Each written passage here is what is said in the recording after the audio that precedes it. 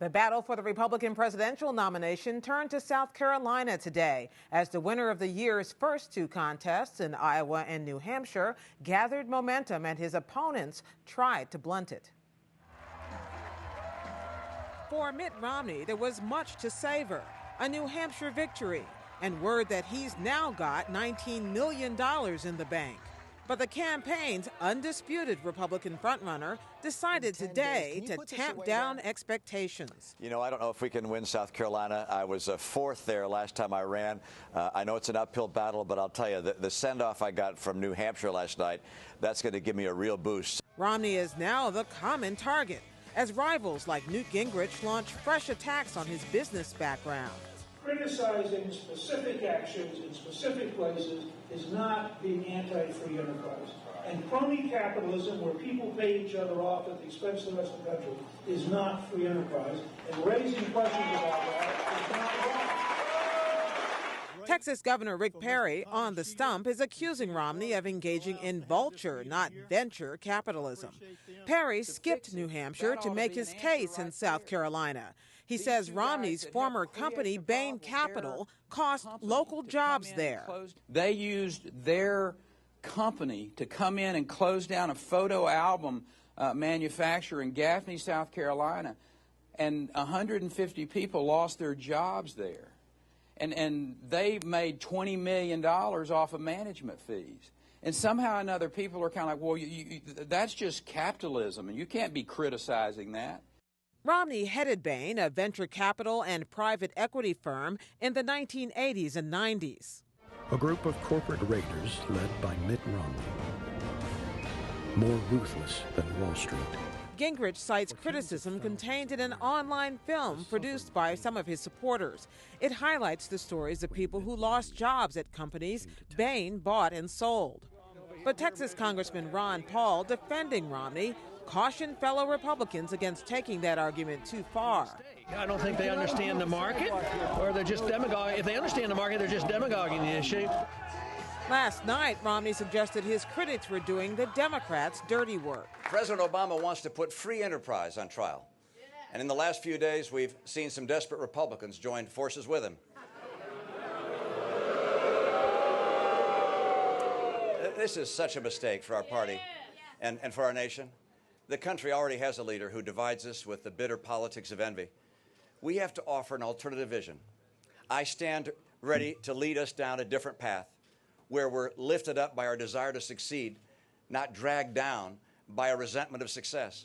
And this morning on ABC, he said his economic experience is precisely the quality that most qualifies him for the presidency. Well, I think the people in South Carolina want someone who knows how to work the economy for the benefit of America and can get good jobs back in this country and keep us an opportunity nation. The criticism has now spread to South Carolina's radio and television airwaves. What happened after Massachusetts moderate Mitt Romney changed his position from pro-abortion to pro-life? The Gingrich ad highlights a reversal Romney himself acknowledges, that he changed his mind on abortion while governor of Massachusetts. Also competing for attention among South Carolina's more conservative voters is Pennsylvania Senator Rick Santorum, who ran neck and neck with Gingrich in New Hampshire. And after ending up in third place last night, former Utah Governor Jon Huntsman used what he called his ticket to ride to try to defy expectations in the Palmetto State. There are some in this race who say maybe it's better to put politics first. If you believe in putting politics first, I'm not your guy. I believe in putting this country first, and I always will. After rising in South Carolina polling as Gingrich sank, Romney is hoping to use South Carolina to permanently seal his frontrunner status, with 10 days to go. Now, more about what is happening on the ground in South Carolina. Reed Wilson is editor-in-chief of National Journal's Hotline, a political newsletter. And David Woodard is a political science professor at Clemson University. He conducts the school's Palmetto poll and has worked as a Republican political consultant, though not for any of this year's presidential candidates. Reed Wilson, you've been following these candidates hither and yon. Tell me, how is Mitt Romney positioned now in South Carolina? Well, Mitt Romney comes to South Carolina from New Hampshire in first place and with momentum behind him. He's already won the first two contests in this cycle, and the last reliable poll conducted last week by CNN and Time Magazine shows that he's at about 37%, which is twice what Rick Santorum and Newt Gingrich have. As well, add in a little bit of Rick Perry, and there you've got the entire story of the campaign so far. A social conservative vote that is being split among a number of candidates, and the more fiscally conservative, more socially moderate section of the South Carolina electorate lining up behind Romney. Nobody's splitting his vote. The other vote is being split at least three ways. Professor Woodward, does the landscape look like that to you? It looks pretty much like that. I think Ron Paul is playing a larger role maybe than we thought before.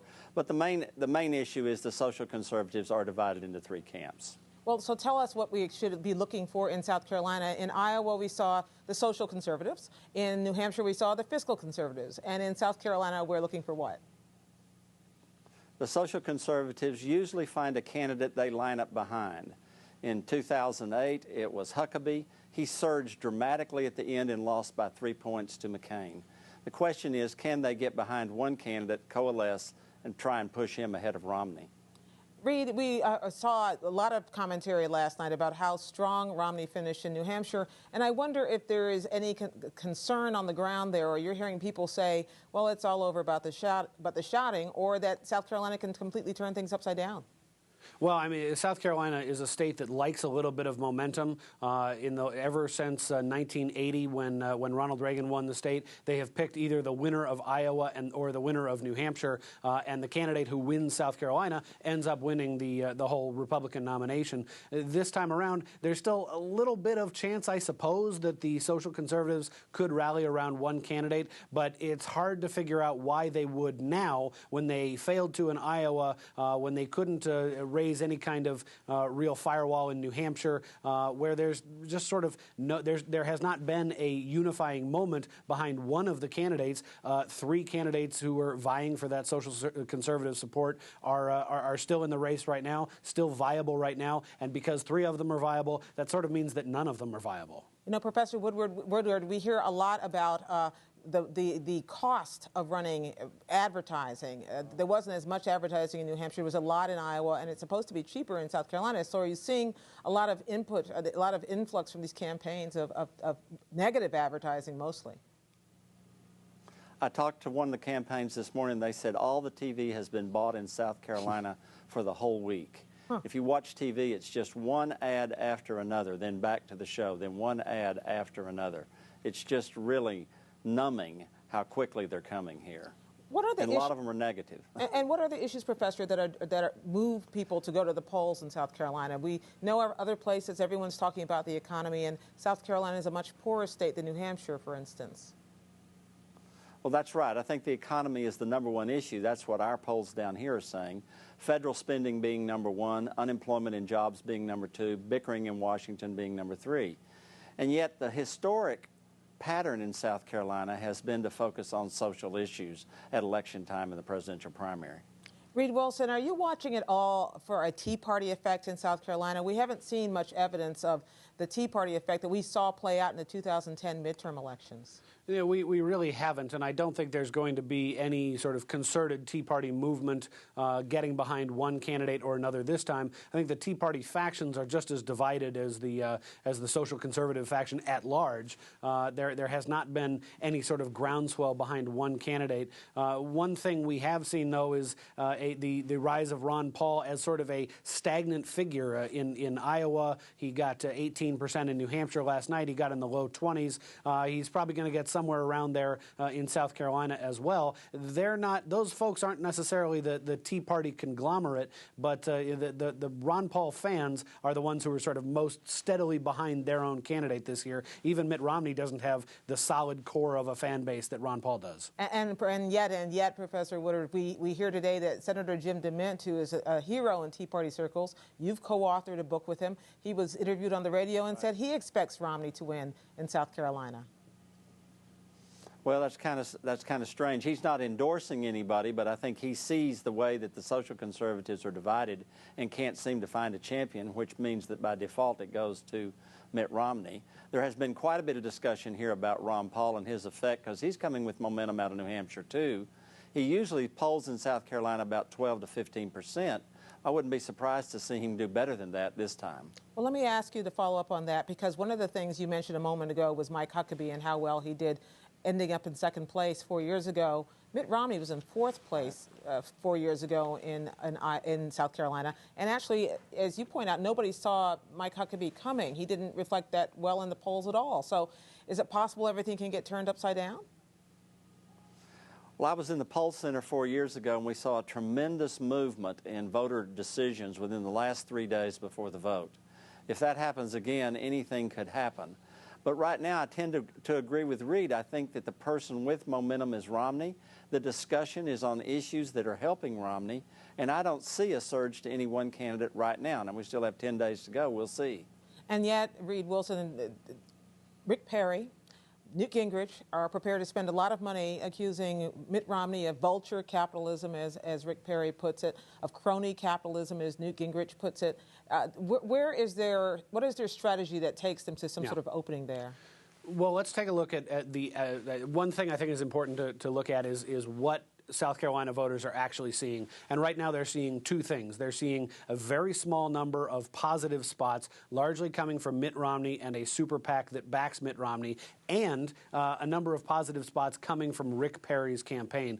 The other thing they're seeing is very negative advertisements coming largely from Rick Santorum and Newt Gingrich, all blasting Romney. There are two possible things that could happen here. One is that this could all backfire and Mitt Romney won't lose a lot of support. He ends up winning next Saturday. The other, though, is that Mitt Romney's position does fall. Negative advertising has an impact on both the candidate you're running ads against and yourself, and therefore, if another candidate is going to sweep into that vacuum that's created by any potential Romney fall, maybe it's the guy who's running the other positive ads, Rick Perry. So Perry has a little bit of a shot left, a small window, I think, to creep back into this thing and into some kind of tie for second or third. Reed Wilson of National Journal's Hotline and Dave Woodard of Clemson University. Thank you both so much. Thank you. Thank you.